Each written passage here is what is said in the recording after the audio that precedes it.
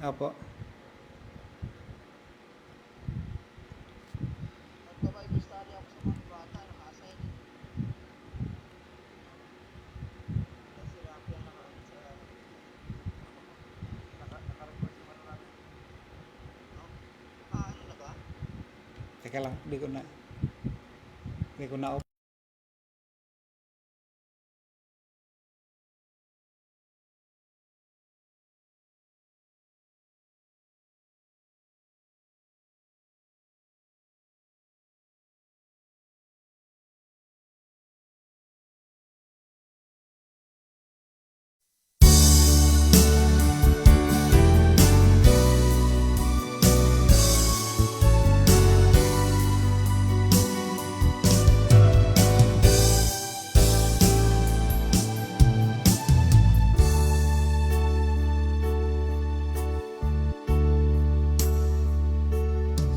As we gather here together in thy presence, God our Father, we invoke your Holy Spirit to come in, that your name be blessed forever through your word that has the power.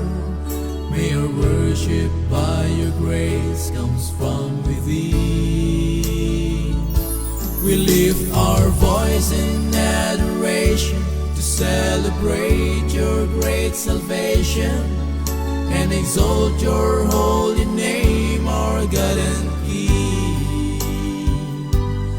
It's your love that brings us closer and teaches us to love each other, and that's the reason we, your children, like to sing songs of praise to God the Father, to Jesus Christ our great Redeemer, to the Holy Ghost that makes this truth so real. Your boundless love is everlasting, your saving grace is so amazing, and all these blessings that you give us we can share.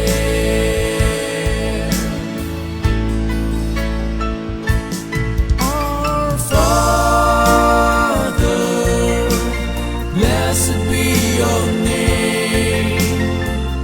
Your kingdom come, your will be done. Father,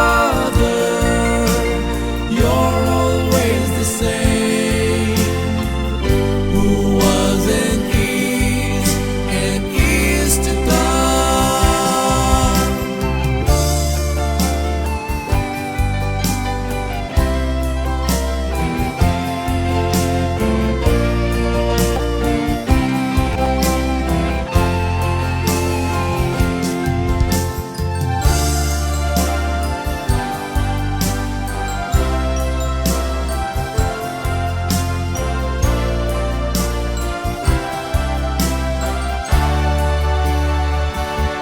Songs of praise to God the Father, to Jesus Christ our great Redeemer, to the Holy Ghost that makes this truth so real. Your boundless love is everlasting, your saving grace is so amazing, and all these blessings that you give us we can share. Praise to the Father, praise to the Son, praise to the Spirit, praise to the Three in One. Praise to the Father, praise to the Son, praise to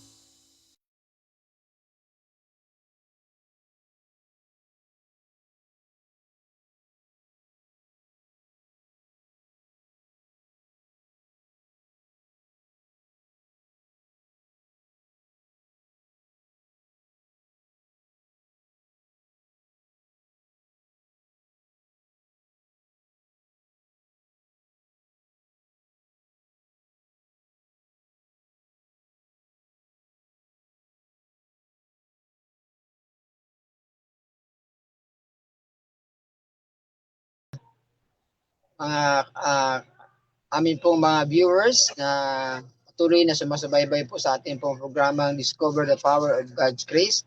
Kami po ay nagagalak na kayo po muli ay amin pong nakasama sa oras na ito.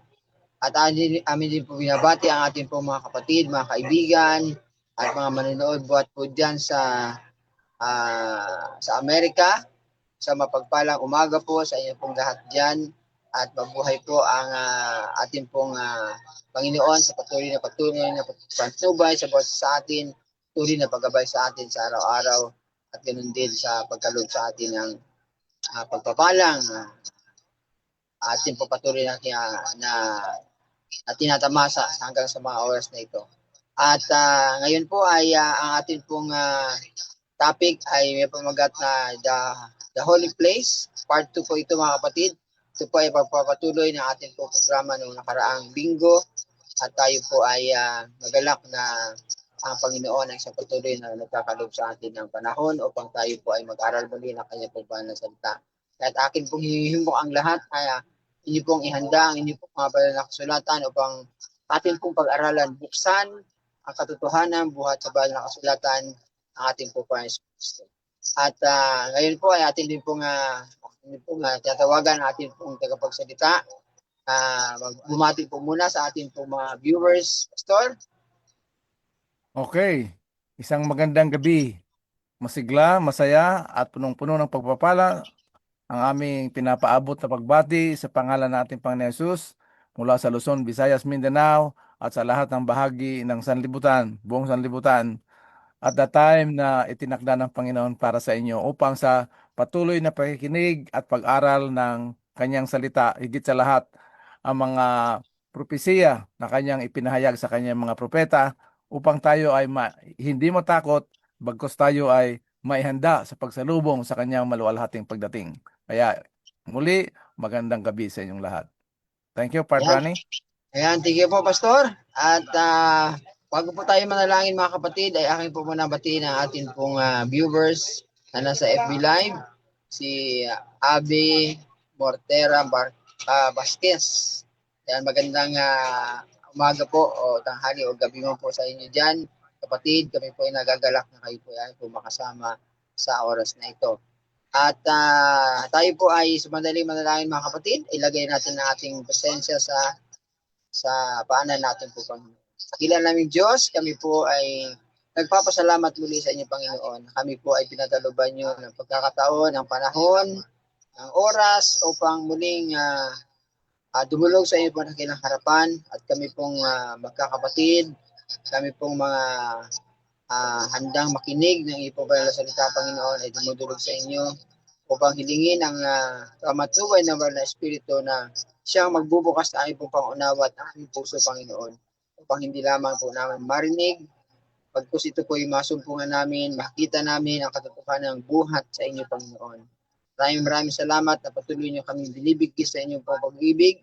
Maraming salamat, Panginoon, sa pangatnubay ng banal na Espiritu na siyang nagkakalob sa bawat sa amin ng karunungan, ng katalinuhan upang maunawaan namin ang mensahe sa inyo pong dadalhin sa amin sa gabi ito. And then, aking din po nilulog sa inyo, si Party Pes, kanya po panguna, kayo po Panginoon magkalob sa kanya ng karunungan na nagbuhat sa kalangitan upang kanyang maihayag ang katotohanan ng nais na ipabatid sa bawat sa amin. At ito po ay magiging pagpapala sa bawat isa sa amin, Panginoon, sa lahat ng makinig at makikinig pa ng programa ito, Panginoon. Maraming salamat sa inyo pong pagtugon, pagdinig ng makikita at dalangin. Ang lahat ng itong aming mapasalamatan, hindi sa aming karapatan, kundi ala-ala sa matamis at makapangyarihang pangalan ng ibutong na ang aming po Panginoon Kristo.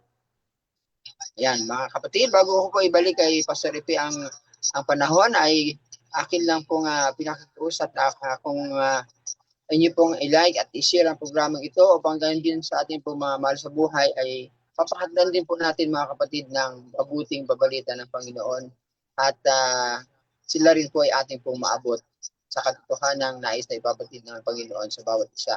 At ganun din kung kayo po mayroon po mga prayer request mga kapatid, ay malaya po kayong maglagay sa chat box upang ito po ay atin pong maisama din sa ating dalangin mamaya after po ng ating pong presentation. Yan, yun lang po mga kapatid at akin lang pong ipinagkakalob panahon sa ating punto sa pagsalita, sa ating pong tagapanguna, Pastor Ephraim Villaruel. Okay. Thank you, Port Ronnie. At isa na namang kagalakan at pribilehiyo na pinagkaloob sa atin ng Panginoon upang tayo patuloy mag-aral ng kanyang banal na salita higit sa lahat sa context ng prophecy. Nandito pa rin tayo sa Holy Place Part 2, yung last part nandito tayo sa last part ngayon ng Daniel chapter 8. Doon sa mga bago nyo ito makita, mga bago lang, baka sabihin natin hindi masyado maintindihan, i-review nyo yung mga last part natin. Huwag kayong mag-alala kasi ang mahalaga ay una, marinig natin yung salita, yung ebanghelyo ng Panginoon. Faith comes from hearing and hearing the word of God. Si Lord na magbibigay sa atin ng pag-unawa. Kaya pakinggan lang natin, ano? Ngayon, mag-uumpisa tayo dito sa tinatawag na progressive revelation. Yung ating pag-unawa, pag sinabing pag-unawa, kuminsan ang paningin natin, I see. Pag sinabi yung expression na I see, ibig sabihin na unawaan. So itong pangitain, yung vision, yung prophecy na binigyan ng Panginoon kay Daniel, progressive ito. Kaya sa mga nahihirapan umunawa nito, huwag kayong mag-alala kasi lahat tayo mahirapan, including Daniel himself. Kaya titingnan natin ito, pag-aralan natin, at series talaga ito kasi para natin maintindihan yung buo. Parang mga teleserye sa sine. Ngayon, kung nag-i-spend time tayo doon sa mga sine na entertainment lamang, dito tayo sa katotohanan ng salita ng Panginoon. Okay? Dito sa Daniel chapter 2, pinakita yung mga kaharian sa pamamagitan ng mga bato, gold, silver, bronze, tapos iron. Tapos iron and clay. Pagdating sa chapter 7, pinakita kay Daniel yung mga hayop na nagre-represents ng mga kaharian. Dito pinakita kung ano yung mga activities ng mga kaharian. Pagdating ng chapter 8, pinakita kung sino yung mga hari ng kaharian na yon at yung kanilang detailed activities. No? Ngayon, pagdating sa chapter 9, ito yung prayer ni Daniel na pag-uusapan natin sa susunod. Kasi hindi niya talaga naunawaan ang pangitain na ito. Akala niya hindi siya dininig ng Panginoon. Pagdating ng chapter 10 to 12, in-explain lahat doon. Okay? Ano ang dahilan? Sapagkat si Daniel ay dearly, dearly beloved. Kung minsan nag-iisip tayo, nagpe-pray tayo, parang hindi naman tayo sinasagot.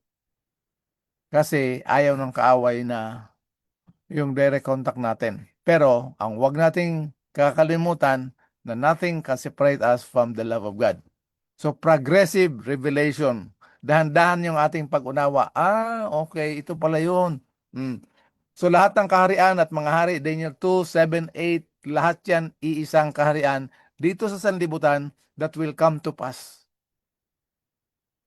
At ito ay ginagabayan tayo ng Panginoon sa pamamagitan ng kasaysayan na ito through prophecy and fulfilled by history doon sa cross kung saan yun ang entrance ng ating kaligtasan, yung ginawa ng Diyos kay Kristo para sa atin. Okay? So ngayon, balikan natin muna yung chapter 8 verses 1 and 2 para makita natin. Yung background, yung hindi pa naka-attend nung mga last time, konting review lang ito. In the third year of the reign of King Belshazzar, ito yung apo ng King Nebuchadnezzar. Sa Babylon pa ito nakita ni Daniel. Last part ng buhay ng Babylon. Habang buhay pa itong Babylon, hindi pa sila pinapasok ng Medo-Persia. The third year of the reign of King Belshazzar, a vision appeared to me, even unto me, Daniel. After that which appeared unto me at the first. And I saw in a vision, nakita siyang vision, at dito sa vision na nakita niya, it came to pass when I saw that it was at Shushan in the palace, which is in the province of Elam, and I saw in a vision, I was by the river of Ulai. So, kinulayan ko yung vision.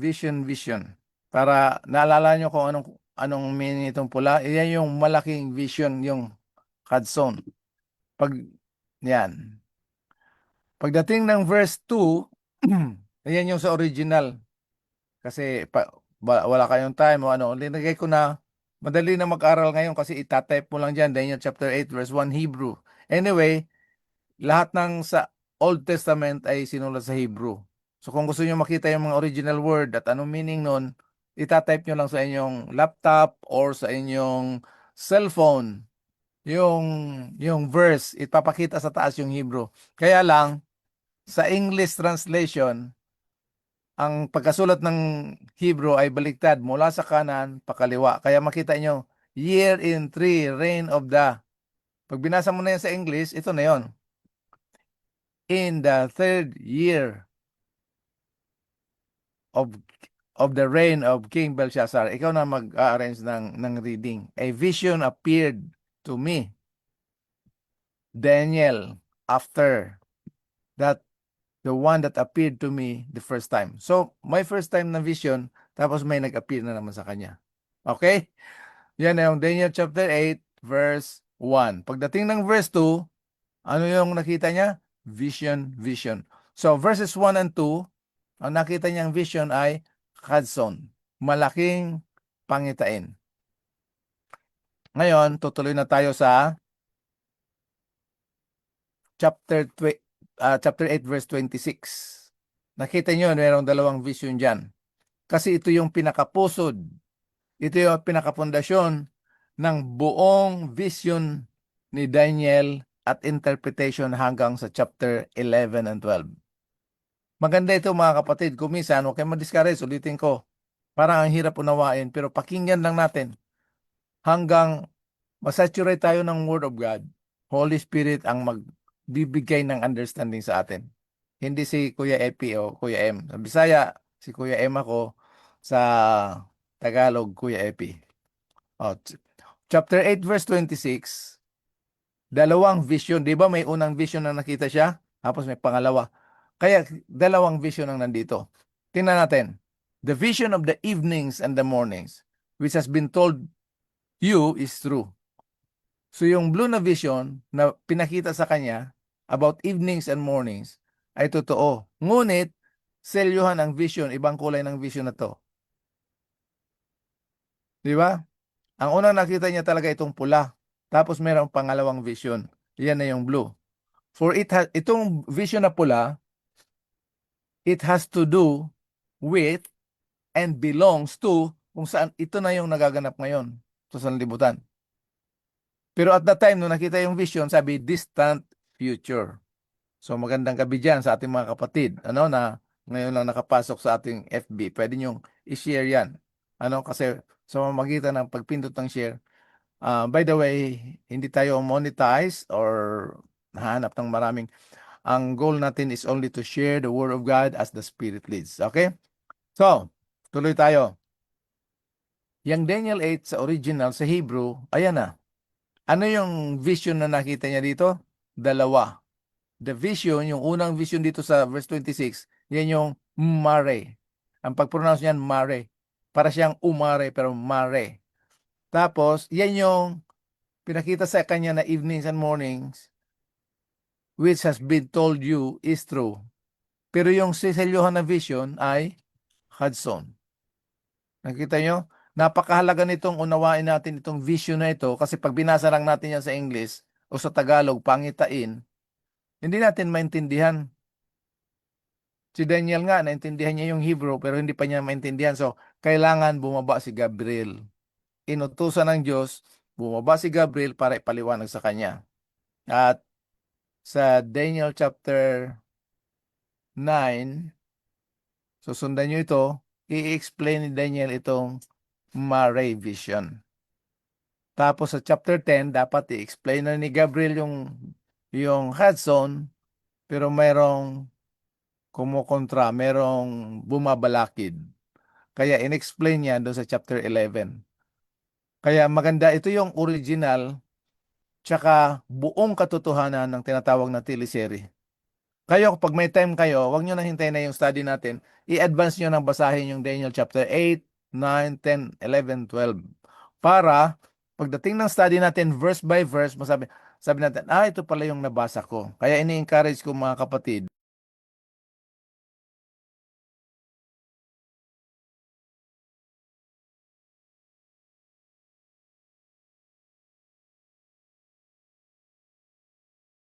so, bilang mga manggagawa ng Panginoon na nagbabahagi nitong prophecy na ito, hindi tayo gumagawa ng sarili nating interpretation. We allow the Bible to interpret itself. Yung ram, doon sa early verses ng chapter 8, yung tupa na nakita mo sa pangitain, ito yung dalawang mga hari ng Medo Persia. Pagkatapos niyan, yung kambing na lalaki na nakita mo ay hari ng Grisya. Sino yon? Siyempre si Alexander the Great. Yung Medo Persia, sino yon? Si Artaxerxes at si Darius. Oh. Pagkatapos niya, now, that being broken, kasi nabali yung sungay ng kambing, which represents King Alexander the Great. Whereas four stood up for it. Yung four kingdoms. Yung four kingdoms, yan yung four generals ni Alexander the Great. Ngayon dito sa verse 23, in the latter time of their kingdom, yung there dito, T-H-E-I-R, plural yan, ito yung four kingdoms. When the transgressors are come to the full, a king of fierce countenance and understanding dark sentences shall stand up. Merong darating na hari na hindi maintindihan yung pananalita. Alam nyo, pinakamahirap, the worst language na unawain, yung Roman language. Sa buong mundo, sa buong history, sa buong sanlibutan.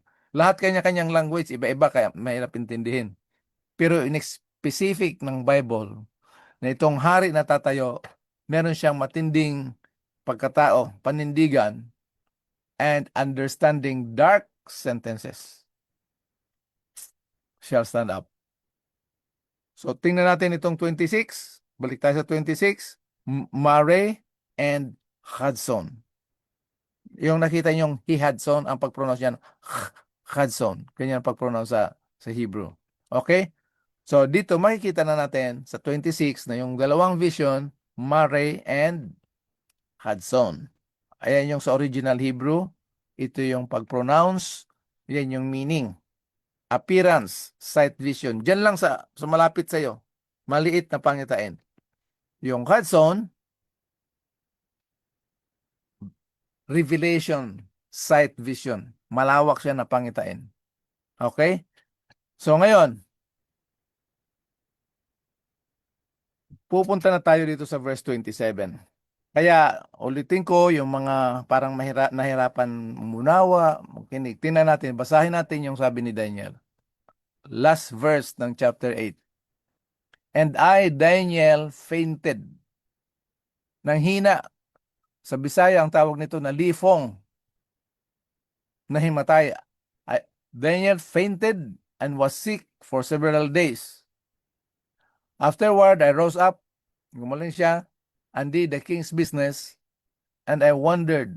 Manghang-mangha siya. At the vision. Anong vision ang nag-wonder siya? Mare. Tama. Ang galing nyo, no? Blue, yung light blue na yan, Mare vision yan. Ito na yung drama na mula kay Daniel hanggang sa atin ngayon na nag-aaral, ito yung problema natin. Ang sabi niya, but there was no one who understood it or could make it understood. Walang sino man, kasama siya. Sabi niya, hindi talaga maintindihan. Walang sino mang nakaunawa o walang sino mang pwedeng magpaunawa. Naalala niyo yung topic natin ng Webes, yung nakapanood, na si John the Revelator umiyak dahil walang pwedeng magbukas, magbasa ng selyadong scroll. Ito rin ang sitwasyon ni Daniel. Kaya mga kapatid, huwag tayong ma-discourage. Parang ang hirap naman yan. Alam niyo mga kapatid, yung pure gold, kailangan dadaan niya sa matinding apoy. So para tayo ay yung Sabbath School lesson natin ngayon, John chapter 17 verse 3. And this is life eternal, that they may know you. Kailangan natin mag-spend time, mag-aral, as the Spirit reveals the truth in us. Kasi ang Holy Spirit talaga ang mag-guide us into all the truth. Kaya huwag tayo ma-discourage. So yung vision na to, ano ngayon? Mare, ang galing nyo talaga, no? Praise God. Oh, tuloy na tayo dito sa, balikan natin itong chapter 8 verse 20. So hindi tayo nag-i-interpret ng sarili natin. Medo-Persia, si Artaxerxes at si si Cyrus and Darius. Yung Greece, si Alexander the Great. Yung prophecy sa Daniel, tinupad ng history, kaya hindi tayo nag-interpret ng sarili natin. Kinukuha lang natin yung tinupad ng kasaysayan mula doon sa hula na binigay ng Panginoon kay Prophet Daniel. Kaya ang tawag ko dito, AFP. Pag sinabi mong AFP sa Pilipinas, Armed Forces of the Philippines. Pero ito, Application of Fulfilled Prophecy. No? Oh, so yung 4 generals ni Alexander the Great, yan yung si Cassander, Lysimachus, o ang ibang pag-pronounce nila, Lysimachus, Seleucus, and Ptolemy. Ngayon, para madali natin matandaan yan, clasp. Clasp siya. Oh. Pag marinig mo si Alexander the Great, sabi niya, I saw, I came and conquer. Clasp talaga siya. He conquered the world for just 7 years. Pero namatay siya ng 31 years old. Sabi, no? Oh. So now, being broken, whereas 4 stood up, for it, 4 kingdoms. Yan yung na-divide yung Greece sa 4 na general.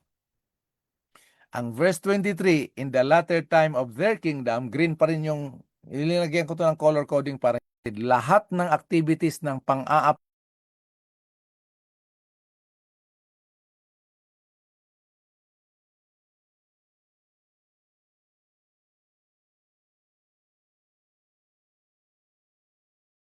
yung mga politics. Isa lang ang nagko-control ko lang, Romans chapter 13 verses 1 to 3. Ang Panginoon ang nagay niyan para sa ikabubuti ng bayan. Pero pag merong corrupt, sila ay hindi corrupt sa sarili nila, ginagamit sila ng kaaway para ma-distract yung programa ng Panginoon. Sabihin, ang Diyos ang naglagay pala niyan, bakit ganyan ang linagay ng Diyos? Sino na naman ang sisisihin natin? Ang Diyos na naman. Ano? Pero sa mga panahon, pag-aaralan natin, bakit may ganito? Bakit nangyayari yan? No? So yan, ito na yung verse 24 ang napakahalaga na dapat natin maunawaan at pag-ingatan ng ating pananampalataya. Bakit? Kasi ang haring ito, sa history, ang ginawa niya, ang paggiba ng kanyang mga kaaway ay napakaganda. Ito lang yung prophecy na nagbibigay ng kung paano magiba ang kaaway na to na merong kapangyarihan na matindi, ngunit hindi galing sa kanya. Magandang pagkagiba. He shall destroy wonderfully. Kaya yan ang iingatan natin kasi religious program ang gagawin ng kaaway na hindi natin makita na hindi pala kalooban ng Panginoon yun. No? Kaya linagyan ko ng emphasis dyan. And he shall destroy wonderfully and shall prosper. Magiging successful yung ano niya. And practice and shall destroy the mighty and the holy people of God. Ngayon, huwag tayong matakot dito kasi pinofisay ito at natupad na ito. Binabasa lang natin, titingnan natin yung katuparan nito mamaya. And through his policy, meron siyang policy, also he shall cause craft to prosper in his hand. Meron siyang mga devices, meron siyang mga pamararaan, meron siyang mga program na pagpasok niya sa holy people of God, they will be destroyed wonderfully. Kita nyo? And he shall magnify himself in his heart. Saan nyo maalala itong magnify himself? Kaya makita natin sa Daniel chapter 9, chapter 8 verse 9, ito yung paglawak, Rome's expansion and broad conquest to include God's people. Inatake niya yung south, inatake niya yung east, at pinasok niya yung pleasant land. So Daniel chapter 8 verse 9 yan. Dito sa verse 24, holy people. So ito yung literal, geographical, historic Israel. Okay? maa-apply yan ngayon sa atin bilang mga spiritual Israel. Tayo ngayon yung spiritual Israelites. Itong by peace shall destroy many, ito yung Rome. Okay? Na kahit si Jesus Christ, He will magnify Himself. He will stand up against the Prince of Princes. Princess, ano? Sino yung kakalabanin ng little horn? Si Jesus Christ. Kaya pinako si Jesus Christ doon sa Rome. Pero alalahanin natin na kahit si Jesus namatay, the death of Jesus Christ was not by crucifixion or physical pain. Yung death ni Jesus Christ, yan yung puot ng Diyos laban sa kasalanan dito sa sanlibutan. Yun ang pinatay. Kaya yung kamatayan ni Jesus Christ is not because of crucifying by Rome or demanding by the Jews. Wala talaga. Walang human touch yung kamatayan ni Jesus Christ. He died because of the wrath of God inflicted upon Him to put death to death, to put sin to death. Huwag tayong ma-confuse mga kapatid, ano? Kasi pag binasa lang natin, marami maririnig nyo yung Bible study. Si Jesus namatay dahil sa ating kasalanan. Para siyang totoo. So kung ang kasalanan natin ang pumatay sa kay Kristo, mas makapangyarihan yung kasalanan kaysa kay Kristo kasi pinatay siya eh. Pag pinag-aralan natin yung Bible, yung kasalanan ang pinatay kasama doon kay Kristo. Sin condemned in the flesh. Basahin niyo mga kapatid, Romans chapter 8, verse 3. Ang kasalanan hinatulan doon sa laman. Saan nangyari yun? Doon sa cross.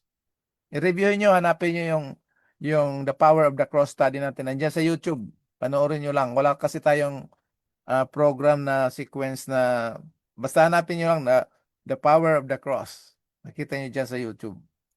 Kung paano tayo iniligtas ng Panginoon mula sa kasalanan at kamatayan.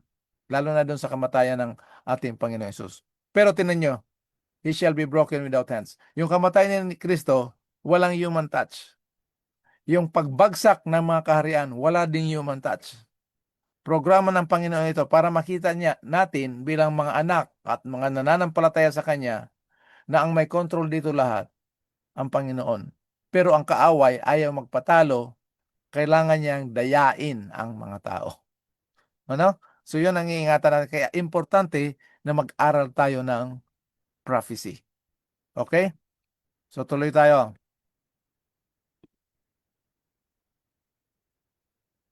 Verses 23, balikan natin tong 23.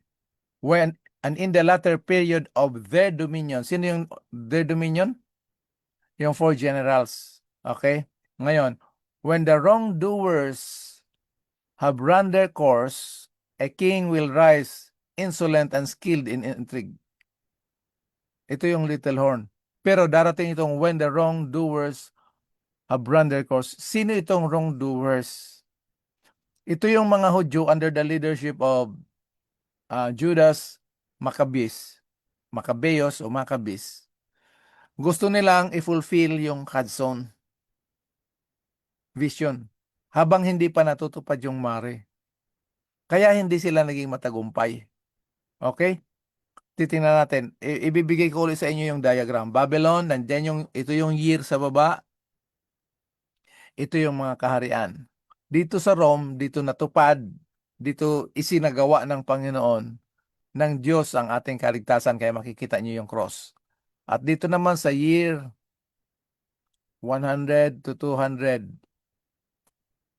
AD, makikita natin yung mga main event ng prophecy dito sa verses 23 to 25. Tingnan natin. Ayan, may color coding ako ha. In the latter period of their dominion, when wrongdoers or evildoers ang tawag doon, noong 161 BC, ito si Judas Maccabeus, sa halip na patuloy magtiwala sa Panginoon, hindi nila mahintay yung fulfillment ng Hudson. Gusto nila, kasi ang nangyari dito mga kapatid sa background, dinesecrate ni Antiochus Epiphanes yung temple of God. Dahil dinesecrate, gusto ni Maccabees na tanggalin yung sirain yon. kailangan malinis kaagad, ma-justify yung temple. Literal temple yun, ha? So, ang ginawa, para mga kapatid, pwede nyo panoorin sa YouTube yung mga documentation, yung Judas Maccabees, paano nagiba yung, bakit lagi na lang talo yung laging bugbog, laging api yung bayan ng Diyos. Ito kasi nangyari. Number one, na rebelde talaga sa Panginoon. Yung sarili niyang bayan. Bakit? Kasi yung sobrang believe sa sarili. Dahil nga sa pinagkatiwalaan tayo ni Lord, ang nagiging feeling natin kuminsan, tayo na yung may-ari ng ministry. Tayo na yung may-ari ng church. Pag sinabing Seventh-day Adventist, parang feeling natin, makikita mo sa YouTube, sa Facebook. If you are proud Seventh-day Adventist, say amen. Anong ikakapaproud natin sa pagiging membership ng denomination natin? Nothing. We only glorify God, who is the creator of the universe and our Savior, Redeemer, Deliverer, and Provider. Diba? So ito si Judas Maccabees, sa halip na patuloy magtiwala sa Panginoon, hindi na sila nagtiwala sa Panginoon, sumama na sila ngayon sa kapangyarihan ng Roma. At pagsama nila doon sila na-destroy wonderfully. Grabe, no? Sa una, maganda yung tirada nila, panalo sila. Panoorin nyo mga kapatid, yung the fall of the Temple of Jerusalem. Hanapin nyo lang dyan sa YouTube. Makikita nyo maraming history. Kawawa yung bayan ng Diyos. Bakit? Kasi sa magitan ng pag-abandon natin sa Panginoon, yung result ng pag-abandon natin sa Panginoon, matindi. Hindi talaga maintindihan bakit. Si General Titus ng Rome, siya yung leader siya yung general kung paano nagiba yung temple ng Jerusalem. Hindi niya ma-explain, kaya sinabi niya, without God, we cannot do this. Any machine by human hand will never do this, will never accomplish this. It is God with us. Biro mo yung pagan General Titus, inacknowledge niya yung Diyos ang gumawa kasama nila. Kaya mga kapatid, ang prophecy na to, tinuturuan tayo, don't abandon our faith. Mahirap pa ang ating kalagayan, ang sitwasyon sa buhay. Patuloy tayo sumampalataya. Okay? Next. Advance muna tayo ng chapter 11 verse 14. Yung wrongdoers, when the wrongdoers, dito sa chapter 11, robbers of thy people. Sino itong thy people? Sinong thy dyan? Si Daniel. Kasi sa kanya pinakita itong Panginoon. Yung sarili mong bayan. So sino yon? Yun yung fulfillment kay Judas Maccabees. And in those days, there shall be many stand against the king of the south. Also, the robbers of thy people shall exalt themselves to establish the vision. Nakita nyo? Kaya doon sa chapter 11, yun yung details ng lahat ng pangitain ito. Kaya abangan natin ito sa chapter 11. Sabi ni Gabriel, yung sarili mong mga tao, na mga rebelde, they will exalt themselves. Kasi lagi silang panalo sa gera eh. Pero at the time, they want to cleanse, to fulfill the Chadson. But they shall fall. Hindi sila magiging successful. Kasi hindi pa time ng hula. So yung vision, ano yun? Chadson. Daniel 8:14. So Judas Maccabeus cleanses the temple in 165 BC from the desecration by Antiochus Epiphanes. So si Antiochus Epiphanes, hindi siya pwedeng maging little horn kasi nandito pa siya sa panahon ng 4 generals.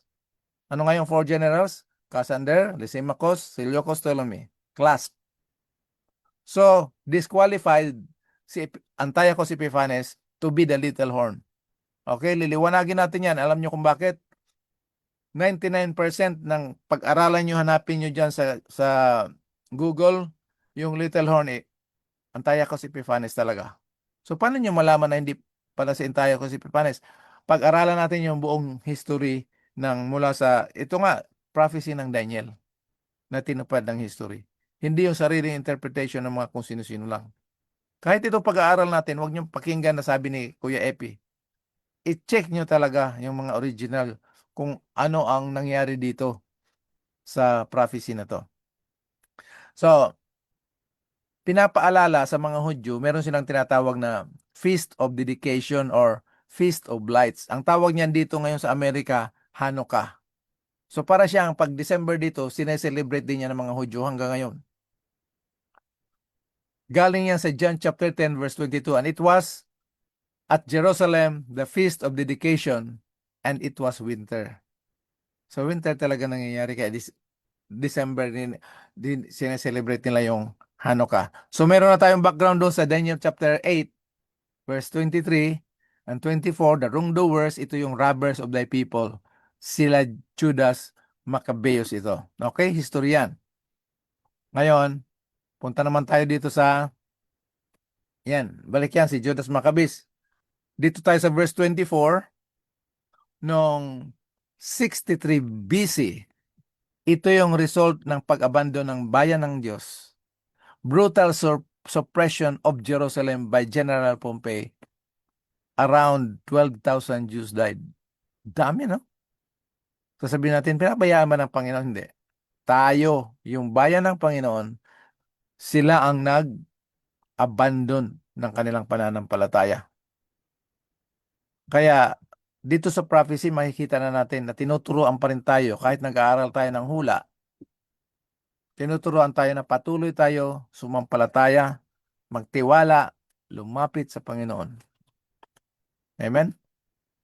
Dito tayo sa verse 25. And through his policy or shrewdness, he will make deceit a success by his influence, and he will make himself great in his own mind. Grabe, no? Ano nangyari dito? 31 BC. Gusto atakihin ng Egypt yung Rome. So nagkaroon sila ng giyera doon sa Actium. Yung Battle of Actium, pumasok, binanatan ng Rome, yan tawag niyang Pax Romana. Sa magitan ng kapangyarihan ng Rome, laging ini-establish ng Rome yung kapayapaan. Kaya ang tawag doon kay Augustus Caesar, under the leadership of Augustus Caesar, siya yung Pax Romana, King of Peace. Nakita natin? Kailan ito si Augustus Caesar? Nung panahon ni Jesus. So yan yung he will make himself great in his own mind. Kasi atakihin. And he will destroy many while they are at ease. So ang tawag talaga sa kanya, Pax Romana. Pag-atake niya sa mga kalaban, sa mga neighboring country, in this case, dito sa Battle of Actium, Egypt ang kalaban, under the leadership of Cleopatra Wong. Siguro tutunog sa inyo yung Cleopatra Wong, ano? And he will even oppose the Prince of Princes. Ang attack niya ngayon, Kingdom of God, si Jesus Christ. At syempre, doon ang crucifixion ni Jesus Christ. Okay? But he will be broken without human agency. Ngayon, ang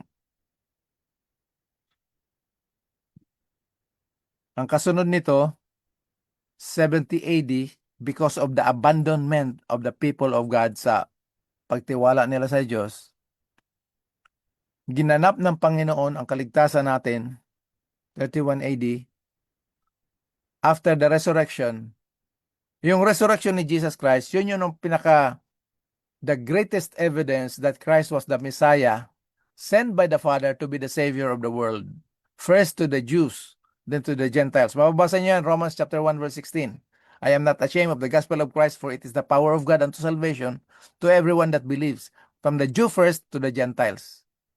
Kaya nung 34 AD, binato nila si Stephen, yun ang nationwide manifestation that they committed the sin of abomination that make it desolate. So 70 AD, destroyed yung temple na restore. So saan sila sisimba ngayon? Ilang beses na, dati kay King Nebuchadnezzar, tapos pina-restore ng Panginoon through King Artaxerxes 457 BC, natapos yun 408. Pagkatapos noon, how many years? Dumating si Jesus as the real sanctuary of God, the real temple of God. John 1:14, and the word was made flesh and dwelt amongst us. Dwelling. Tayo yung tahanan. Nanahan sa atin ng Diyos at the birth of Jesus Christ. But through the glorious resurrection of Jesus Christ as the proof and greatest evidence that He is the Messiah, the Jews as a nation, hindi individual ha, as a nation, by stoning Stephen, they were manifesting that they willfully, deliberately, and ultimately rejected Jesus Christ as their Savior. Ang result, 70 AD, Jerusalem destroyed. Panoorin niyo yan sa YouTube. Hindi yan sa Adventist, yan ay documentary. Paano na-destroy yung Jerusalem? Terrible, mga kapatid. Kaya, medyo mahirap ang kalagayan pag wala tayong Diyos sa buhay natin. Kaya, through the study of prophecy, by the grace of God, through the power, guidance, and leading ng Holy Spirit, patuloy tayo sa pananampalataya. Okay? Napunta na tayo dito sa last part, Daniel 8:26. Maintindihan na natin ito, yung dalawang vision. The vision of the evenings and the morning which has been told you is true. Ano yung vision na yon? Mare. Ngunit, selyuhan ang vision. Anong vision ito?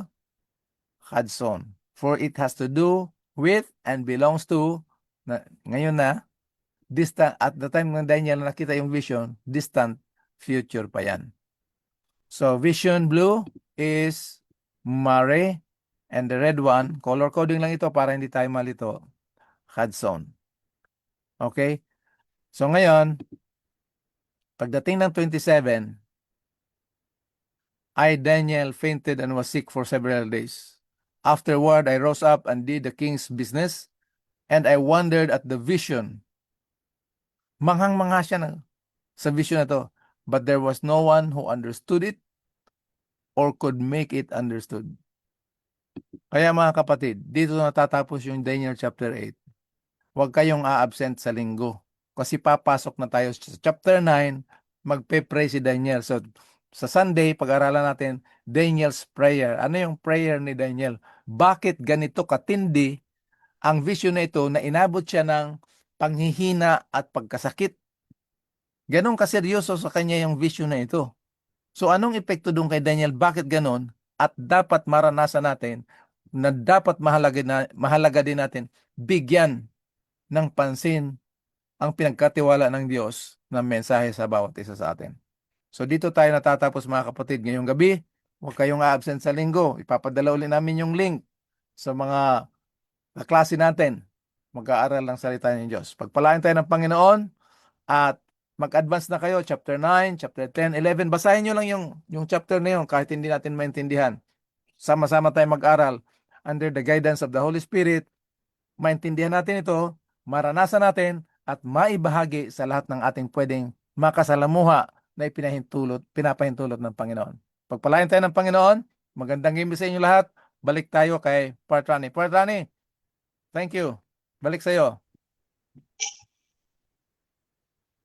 Ayun, magandang gabi ulit mga kapatid at purihan ng Panginoon sa napakagandang paglalahad ng vision na ito, Daniel, about sa atin. At nakita natin kung gaano kaganda mga kapatid ang kahalagahan ng vision na ito para sa bawat isa sa atin. At meron lang akong napansin doon, Pastor, kanina po sa inyo pong presentation po. Sinabi niyo po kasi na wag po nating i-abandon yung ating po pananampalataya. Pero po yung panawagan po doon sa Revelation po ay come out of the Babylon. Ano po ang masasabi po niyo dito, Pastor? Okay. Salamat, Part Rani, sa napakahalagang katanungan yan. Ang nangyari kasi dyan sa Revelation chapter 18, basahin muna natin kung may nandyan yung Bible mo, Part Rani, sa Revelation chapter 14 verse 8. Revelation chapter 14. 14 verse 8. Sabi po dito, at ang iba, Revelation chapter 14 verse 8 po, ano? At ang iba Ang pangalawang anghel ay sumunod na nagsasabi, naguho, naguho ang dakilang Babylonia na siyang nagpainom sa lahat na bansa ng mga alak na kagalitan ng kanyang pakikiapid. Oo.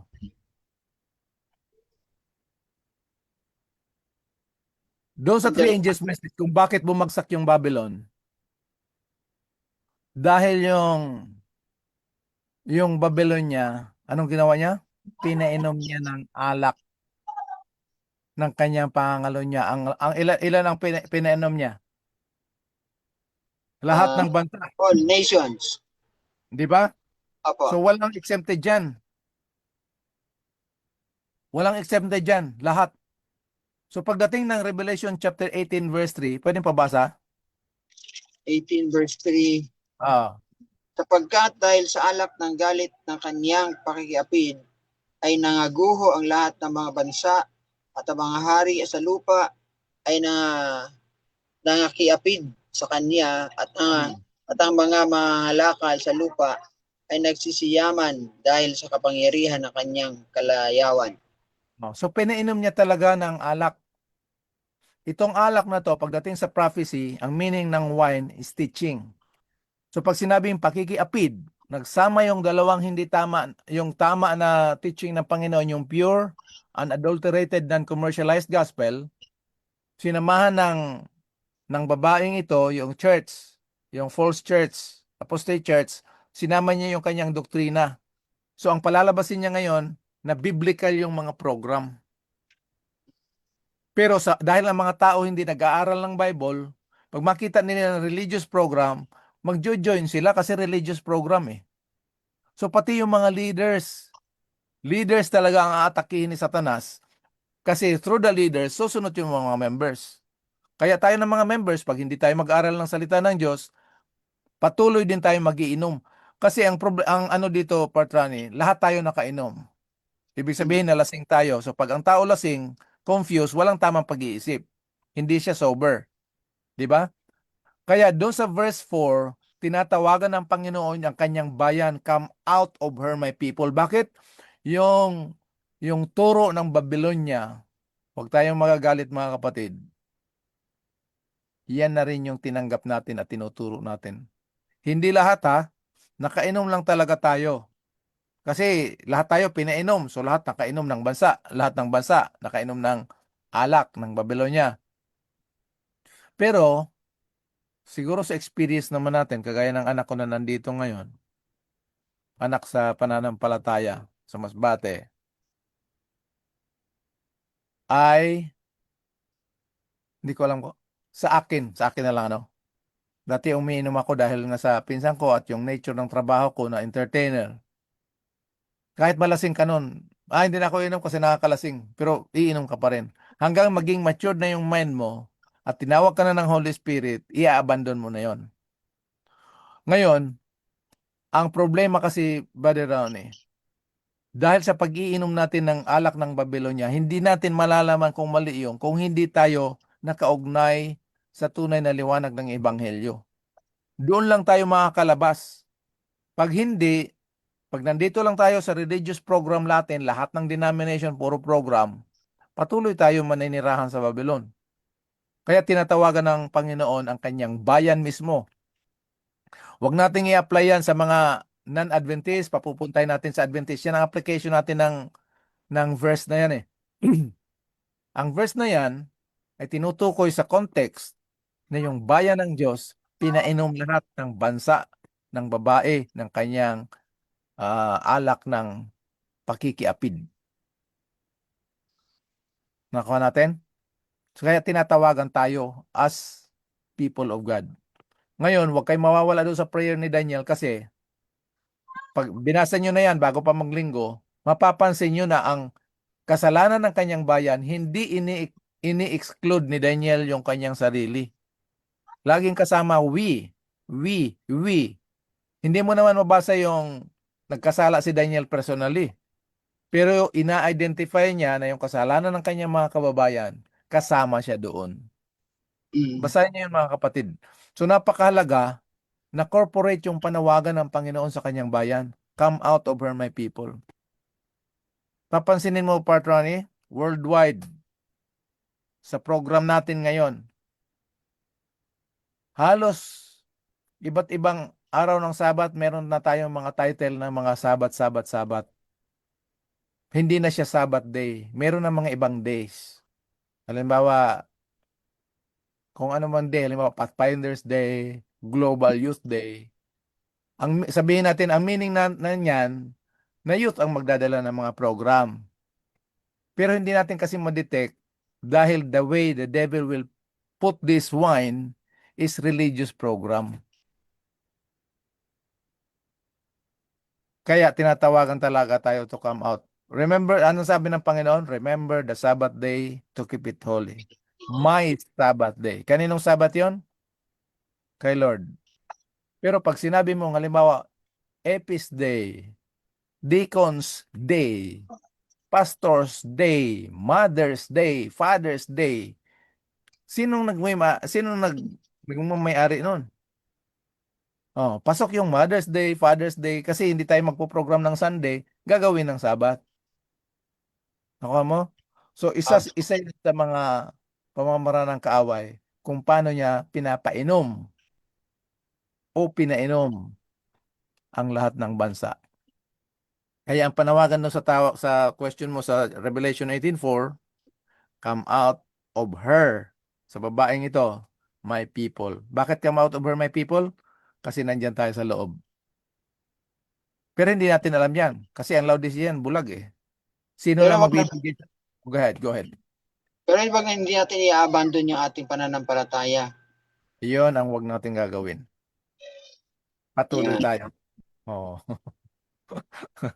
So kahit marami po mga problemang nararanasan, makikita tayong mga bagay na nagiging yung pinainom nga tayo ng Babylon. At marami rin nagiging hadlang para sa restoration ng ating ng gospel sa iglesia natin ngayon. Ay wag po tayong lumabas, wag nating i-abandon yung ating pananampalataya sa Panginoon dahil din lamang ang siyang ating magiging tandata. Tama ba, Pastor? Tama yan. Thank you, Patronit, na na-emphasize mo talaga yan. Napakahalaga yan. Na alam natin na walang perfect church.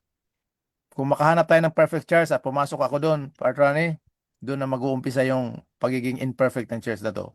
Ang perfection lang talaga natin kay Jesus. So pag may problema, lapit tayo sa Panginoon, pero makinig tayo sa Panginoon na i-screening talaga natin lahat ng pananampalatayang sinasampalataya na natin ay talagang galing sa Word of God. Pwede pabasa ng 1 Corinthians chapter 2 verse 5, Part Ronnie? 1 Corinthians chapter 2 Verse 5. verse 5. Tayo po dito mga kapatid.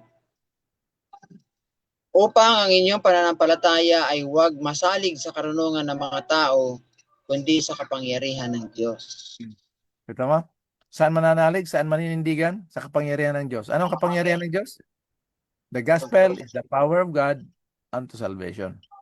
Ayan. Doon lang tayo. Oo. Ayan.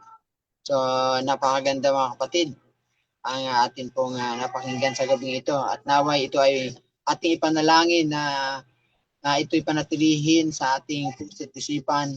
At wag din po tayong katulad ng sinabi po ni Pablo doon sa Romans chapter 1 verse 16 na wag natin ikahiya na ibahagi ang ebanghelyo ng ating po Panginoon Kristo kasi ito po ay kaligtasan sa lahat.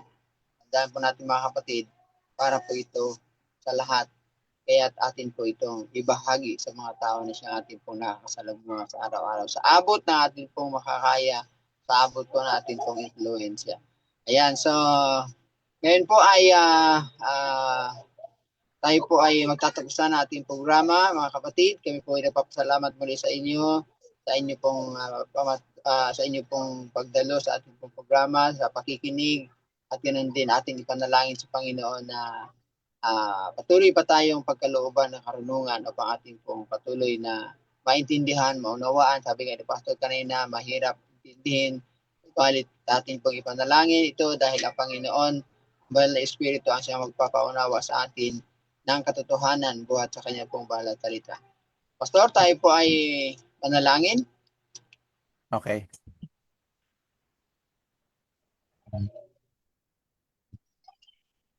Sige po, Pastor. Kayo po, Pastor. Sige, okay. Tayo manalangin mga kapatid. Ama namin banal, makapangyarihan sa lahat, kayo may-ari ng aming buhay. Kayo ang nagligtas sa amin mula sa kasalanan at kamatayan. Kayo rin ang may akda ng aming pananampalataya at katuparan nito. Muli namin binabalik ang pagpapasalamat sa inyo, sa inyong kadakilaan, sa inyong dakilang pag-ibig sa bawat isa sa amin. Na inyong patuloy binabahagi ang inyong mensahe bilang babala sa amin na hindi kami patuloy pagdaya ng kaaway. Kasampu ng inyong buong sambahayan sa buong sanlibutan. Na kami ay patuloy mag-aral, magbahagi ng mabuting balita upang sa magitan ng kapangyarihan ng Ebanghelyo, sa iba't ibang bansa, maraming tao, people, nation, tongue, languages will respond to that gospel call. Kaya pagdating ng panahon, Panginoon, kami ay magpupuri, magsasamba sa inyo sa espiritu at katotohanan habang kami naghihintay na inyong maluwalhating pagdating, na kaming lahat pagdating sa langit na bayan ay sasamba sa inyong trono na may papuri at magsisigaw, kayo ang aming Diyos na manlalalang at tagapagligtas. Sa gabing ito, sa aming pansamantalang paghiwa-hiwalay, aking dinadalangin ang mga anak na mga pangangailangan, may kahilingan. Ito ay inyong tutugunin sangayon sa inyong kalooban. Maranasan ito at maging patotoo na meron kaming dakilang Diyos na nagmamahal sa amin, nag-aaruga at nagbibigay sa aming mga pangangailangan. So may mga karamdaman, kayo ang aming dakilang manggagamot. So may mga pangangailangan sa financial, kayo din ang aming provider. At sa lahat, because the Lord is our shepherd and wala na kaming pangangailangan sapagkat ito lahat ay ibinigay na sa bawat isa sa amin. Salamat, Panginoon, sa pagtugon sa amin na langin. Ngayon kami ay pansamantalang maghiwa-hiwalay ang inyong dakilang pag-ibig. Biyaya ng aming Panginoon Jesus, patuloy na pananahan at gabay ng banal na Espiritu ang siyang aming maranasan hanggang kami ay patuloy na magkita-kita muli sa pag-aaral ng inyong banal na salita. Itong aming dalangin sa pangalan ng inyong bugtong na anak, aming tagapagligtas at mananakop na Panginoon Jesus. Amen. Amen. Ayan mga kapatid, muli kami po ay nagpapasalamat sa inyo at sa pangalan po ng bumubuo ng programang ito, The Discover Power of God's Grace. Kami po ay nagpapasalamat sa inyo at ganoon din sa aming pong kasama na wala po dito, si Rafi Orlina at ganoon din si Brother Rico na nandyan sa technical. Kami po ay nagpapasalamat sa inyong lahat na kayo po ay po nakasama sa gabi ito. Muli, magkita-kita tayo sa darating na Huwebes. Huwag po natin kalimutan. Sa Huwebes po mga kapatid, meron din po tayong programa at ganyan din sa Linggo muli. Huwag po natin kalimutan, ating pong basahin ang Daniel chapter 9. Ito po ang ating pong lubos na maunawaan. Nalangin din natin sa Panginoon na maunawaan natin ang kanyang pong mensahe bawat sa atin sa gabi. Muli, God bless us all mga kapatid. Amen.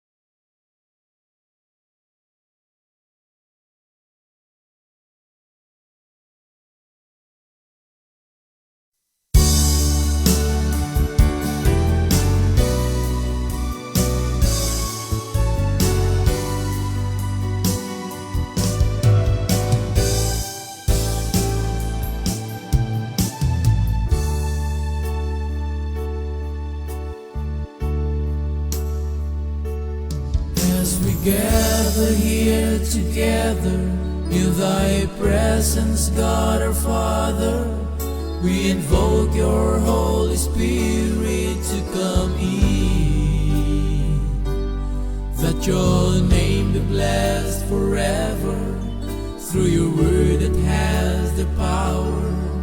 May our worship by your grace comes from within.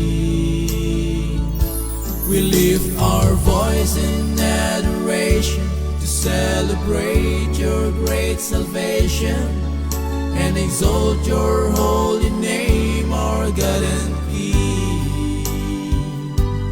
It's your love that brings us closer and teaches us to love each other, and that's the reason we, your children, like to sing songs of praise to God the Father, to Jesus Christ our great Redeemer, to the Holy Ghost that makes this truth so real. Your boundless love is everlasting, your saving grace is so